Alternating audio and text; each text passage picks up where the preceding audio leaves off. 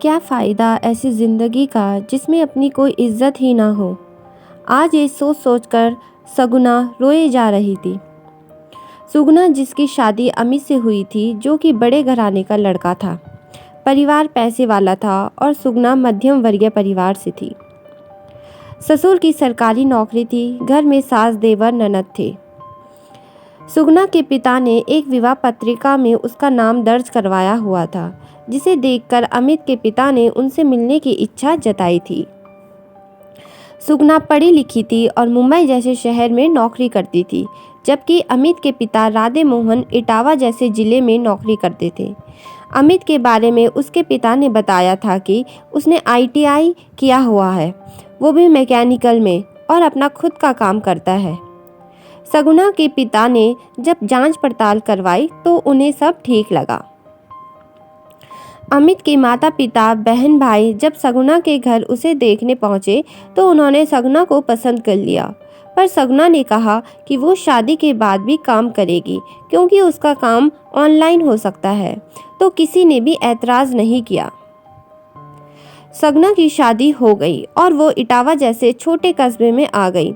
हालांकि सगुना की मां ने कहा भी था कि मुंबई जैसे बड़े शहर में रहने वाली सगुना इटावे में कैसे रह पाएगी, परंतु सगुना के पिता ने बात को वहीं दबा दिया। सगुना के ससुराल में थोड़े दिन तो सब सही रहा, पर जब सगुना ने देखा कि अमित कभी तो पूरा पूरा दिन घर में ही रहता है और कभी 1-2 घंटे बाहर जाकर फिर घर में आ जाता है। महीना बीतने पर सगुना ने अपने खर्चों के लिए अमित से पैसे मांगे तो उसने कहा कि मम्मी से ले लो। जब सगुना ने सास से पैसे मांगे तो सास ने 2 टूक मना कर दिया कि तुम्हारे पति की तो कोई आय नहीं है और अभी तुम्हारे ससुर की तनख्वाह नहीं मिली है। ये सुनकर सगुना ने कहा कि ये बात उसे पहले क्यों नहीं बताई गई। तो सास ने कहा कि इतनी दूर से शादी इसलिए तो करके लाए कि लड़की वाले ज़्यादा जांच पड़ताल ना कर पाए, वरना क्या यहाँ लड़कियों की कमी थी। ये सुनकर सगुना को बहुत बड़ा धक्का लगा।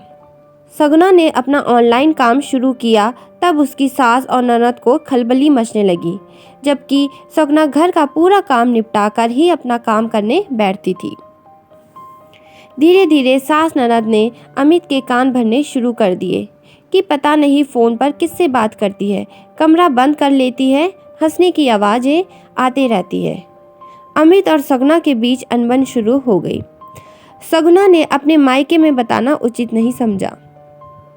एक दिन ऐसे ही सगुना दरवाजे बंद करके अपने किसी क्लाइंट से बात कर रही थी। तभी अमित पीछे से गुस्से में आया और उसका फ़ोन उठाकर पटक दिया, जिससे फ़ोन टूट गया। अब सगुना का काम भी बंद हो गया। सगुना के घर से अगर फ़ोन आता तो अमित के फ़ोन पर या घर के लैंडलाइन पर आता। सास या ननद कोई ना कोई उसकी बात सुनने के लिए वहीं बैठी रहती, जिससे वो अपने घर वालों को कुछ बता भी नहीं पाती। सगुना की स्थिति बद से बदतर होती जा रही थी। उसके खाने पहनने का जिम्मा भी सास और ननद ने ले रखा था। वो अपनी मर्जी से कुछ बना भी नहीं सकती थी।